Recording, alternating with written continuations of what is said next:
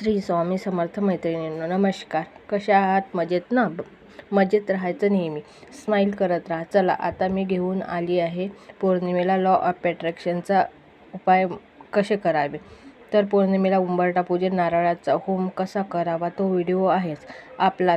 तर संध्याकाळी काय करावे? पौर्णिमेच्या चंद्रात पाणी ठेवावे, म्हणजे गच्चीवर, गॅलरीत किंवा तुम्ही पण बसा पौर्णिमेच्या उजेडात आणि विश मागा. त्या चंद्राकडे बघून विश मागा. मी खूप खुश आहे. तुमची जी इच्छा असेल ती बोला, पण पॉझिटिव्हमध्ये बोला. बघा याने किती फरक पडतो. नंतर ते पाणी 2-3 तास जमले तर रात्रभर ठेवा.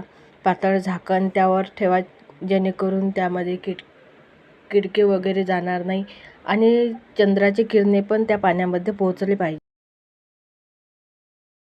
मागा. नंतर ते पाणी चंद्राच्या उजेडात ठेवा. नंतर दुसऱ्या दिवशी ते पाणी सर्वांना किंवा आपापले वेगळे ठेवून त्या सर्वांसाठी केले तर माठात टाका, जेणेकरून सर्वांच्या पोटात जाईल.